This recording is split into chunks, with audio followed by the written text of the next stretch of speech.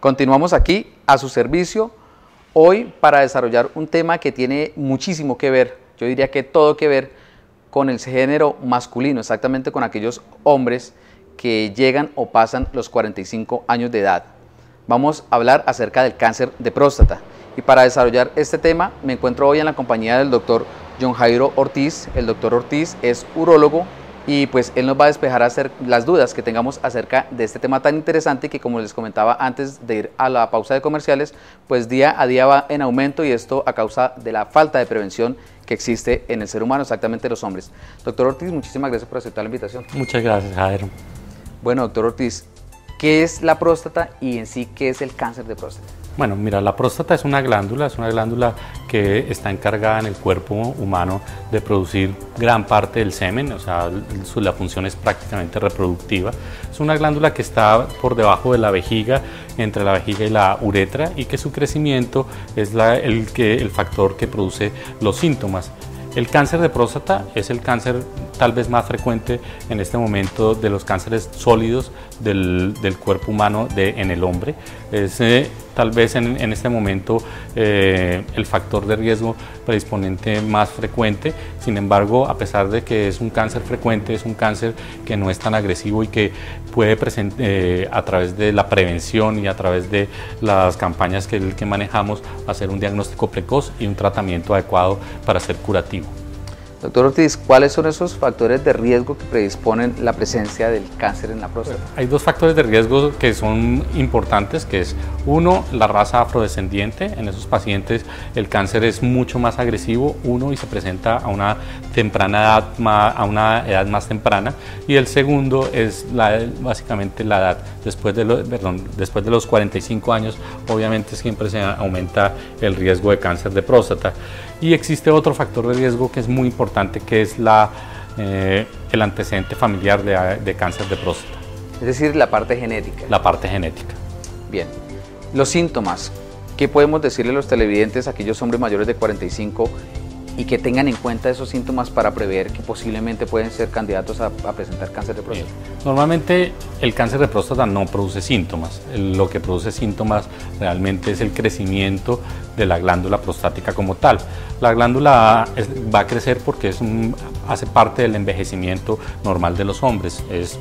A todos los hombres se nos va a crecer en un grado determinado la próstata. Sin embargo, el cáncer de próstata es un cáncer que es silencioso y que puede estar desde los 40 años creciendo, y cuando ya síntomas, generalmente son síntomas que son muy importantes, ya el cáncer está muy avanzado y necesariamente lo que se debe hacer es la prevención, y la prevención se hace consultando más o menos desde los 45 años, excepto las dos condiciones que mencionábamos, que era la raza negra y el antecedente familiar, que deben consultar desde los 40 años para hacer una prevención del cáncer.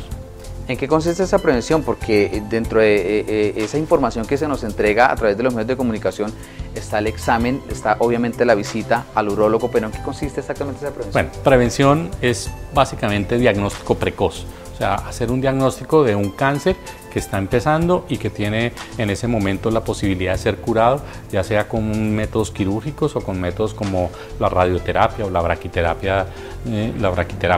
Esos son los métodos de curación del cáncer, pero realmente lo que buscamos nosotros como urólogos es hacer un diagnóstico precoz del cáncer. Si hacemos ese diagnóstico precoz, significa que podemos hacer un tratamiento curativo y evitar que esa persona muera de cáncer de próstata. ¿En qué consiste realmente ese diagnóstico? Visitar al profesional y eventualmente, si ya se presentan algunos de los, entre comillas, síntomas, empezar algún tratamiento. Sí, necesariamente para hacer un diagnóstico precoz del cáncer necesitamos hacer dos cosas fundamentales. Uno es ir al urólogo para que nos realicen el tacto rectal.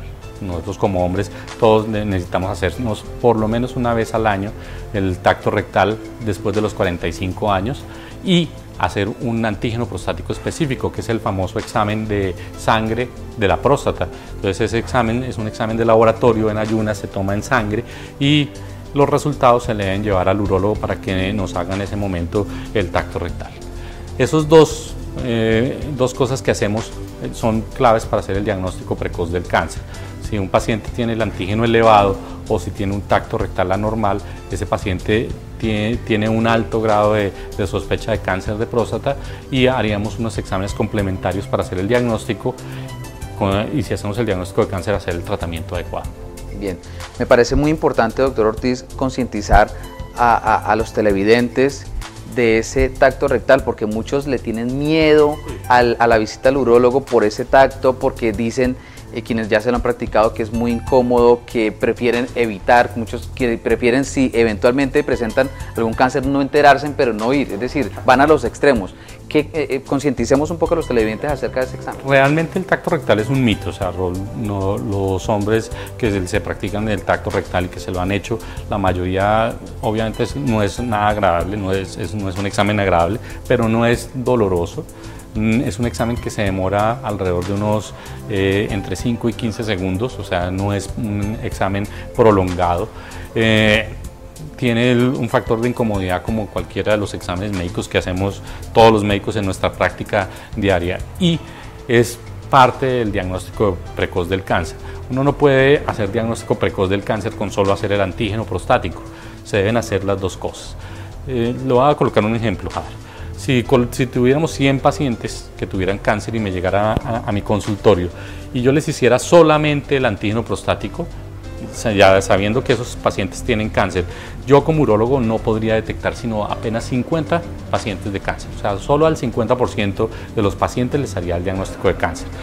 Si a esos mismos 100 pacientes que tienen cáncer me llegan a mi consultorio y solamente les hago el tacto rectal, solamente podría diagnosticar a 50, es decir que el otro 50% se me irían a la casa sin diagnóstico. Pero si yo les hago las dos cosas, les hago tacto rectal a esos 100 pacientes y les hago antígeno prostático a esos 100 pacientes en la misma consulta, soy capaz de detectar el cáncer en un 80 o un 90%. O sea, solamente 10 pacientes que tienen cáncer se me van a la casa sin diagnóstico. Pero si esos 10 pacientes vuelven al año y se hacen nuevamente su tacto rectal y su antígeno, somos capaces los urólogos de diagnosticar el 100% de los cánceres. Entonces es fundamental y es muy claro que se deben hacer las dos cosas. Resumidas cuentas, frente a esa pregunta, médico, son un complemento, es decir, queda cojo, digamos en términos coloquiales, el examen queda cojo si se hace en una sola y la otra no. Sí, si solamente se hace tacto rectal, no voy a poder diagnosticar a todos los pacientes de cáncer. Y si solamente hago antígeno, tampoco voy a diagnosticarlos, son totalmente complementarios. Bien. Si eventualmente un paciente arroja positivo el caso de cáncer de próstata, y hemos visto casos de hombres que después de los 50 fecundan y tienen nuevamente un bebé, ¿es posible que eso genéticamente también se traduzca a futuro a su hijo? O sea, la pregunta es básicamente si es transmisible el cáncer de próstata. Mira, estadísticamente lo que muestra es que si el papá, o sea, si uno tiene un familiar en primer grado de consanguinidad, es decir, tíos, padres o hermanos con cáncer de próstata, uno tiene 7 veces más posibilidades de sufrir cáncer de próstata. O sea, si tú tienes un hermano que tiene cáncer de próstata, debes acudir rápidamente al urólogo para que te hagan el examen de antígeno y de tacto rectal, porque normalmente lo tienes 7 veces más que una persona normal el cáncer. Eso no quiere decir que todos los pacientes, todos los hijos de padres que han tenido cáncer de próstata van a tener cáncer de próstata. No es cierto, pero sí hay una predisposición genética a sufrir del cáncer de próstata. Bien, bueno, se le realiza el diagnóstico, se empieza el tratamiento. ¿En qué consiste ese tratamiento para ese paciente? Normalmente después, si uno tiene la sospecha con el antígeno y el tacto rectal de que el paciente tiene un cáncer de próstata, el siguiente paso es hacer una biopsia de próstata. La biopsia normalmente la hacemos se hace a través del recto, se hace con una ecografía transrectal, es un examen ya mucho más sofisticado, mucho más complicado, que debe tener una preparación con riesgos de infección, incluso de hospitalización, se debe hacer una profilaxis con antibióticos, o sea, tomar antibiótico previo al examen y todo el resto de cosas que se deben hacer para la biopsia. Si finalmente la biopsia de próstata sale positiva para cáncer, necesitamos saber si el cáncer está avanzado o no. Entonces el siguiente paso es hacer como los estudios médicos para saber si ese cáncer se ha regado. el sitio más frecuente donde se riega el cáncer de próstata son los huesos. Entonces el siguiente paso es hacer una gamografía de los huesos. Es un examen de medicina nuclear donde te examinan todos los huesos y te dicen si los huesos están con cáncer o no. Si finalmente ese examen no es positivo para cáncer a distancia y que estamos los urólogos seguros de que el cáncer está localizado solamente en la próstata, procedemos a hacer tratamientos curativos. En nuestro medio existen varias formas de hacer tratamientos curativos. El primero es la cirugía. El caso más famoso en este momento en Colombia pues es nuestro presidente Santos. Se le hizo un diagnóstico de un cáncer de próstata localizado y se llevó a cirugía. La cirugía es una cirugía radical del cáncer de próstata. Extirpar la glándula absolutamente completa y reconstruir la unión de la vejiga y la uretra. Es una cirugía bastante compleja, pero que tiene un porcentaje alto de curación en los casos bien seleccionados. Las otras opciones de curación son la radioterapia. La radioterapia externa es un aparato externo que te colocan, que emite unas radiaciones. Esas radiaciones son parecidas a los rayos X, no se ven, no son dolorosas. Esas radiaciones queman la próstata, pero dejan el órgano ahí adentro. Entonces el porcentaje de curación generalmente con nuestras máquinas acá en Colombia son un poco más bajos que la cirugía. Y existe otro tipo de radioterapia que se llama la braquiterapia. La braquiterapia es colocar con anestesia, colocarle unas agujas que emiten una radiación en la próstata y dejan unas semillas. Esas semillas emiten radiación por unos 5 a 10 años. Y eso hace que las células cancerosas se mueran. Eso se llama braquiterapia. También está disponible en nuestro medio. Esas son las tres opciones curativas que hay en nuestro medio en este momento. La parte medicamentosa, Doc, ¿es necesario el acompañamiento con medicamentos, con pastillas? Mira, generalmente cuando pasamos a utilizar medicamentos es cuando el cáncer de próstata ya está avanzado. Sin embargo, tal vez el único medicamento que utilizamos en términos médicos se llama coayudar, o sea, como potencializar el efecto es en la radioterapia y en la braquiterapia. Entonces en la radioterapia y en braquiterapia sí utilizamos unos medicamentos adicionales para potenciar el efecto de la radioterapia. Pero los medicamentos no son curativos. Ningún medicamento es curativo para el cáncer de próstata. Cuando utilizamos medicamentos, normalmente es porque el cáncer de próstata ya está avanzado y no vamos a curar el cáncer. Bien, se realiza ese procedimiento quirúrgico en el paciente que es candidato, digamos, para salvarse de lo que futuramente puede llegar a ser un cáncer en estado maligno. ¿A futuro qué viene para ese paciente? Esa etapa de continuar visitando al médico. Sí. Pues generalmente el paciente debe seguir sus controles con su antígeno prostático. Ese antígeno, si el paciente que ha curado el antígeno, debe bajar a 0 o muy cercano a 0 y debe permanecer por toda la vida en 0. O sea que en ese momento lo que debe hacer es continuar con su urólogo tratante.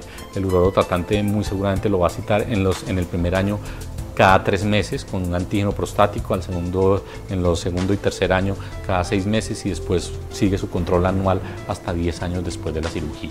O sea, ese paciente va a seguir con el urólogo en observación toda la vida porque es la forma de garantizar de que ese paciente no tenga una recaída de su cáncer. Usted se me adelanta a la inquietud, don médico. ¿Es factible que a futuro, si ese paciente no se haga los controles debidos, pueda nuevamente presentar un cáncer en el mismo lugar? Sí, es posible.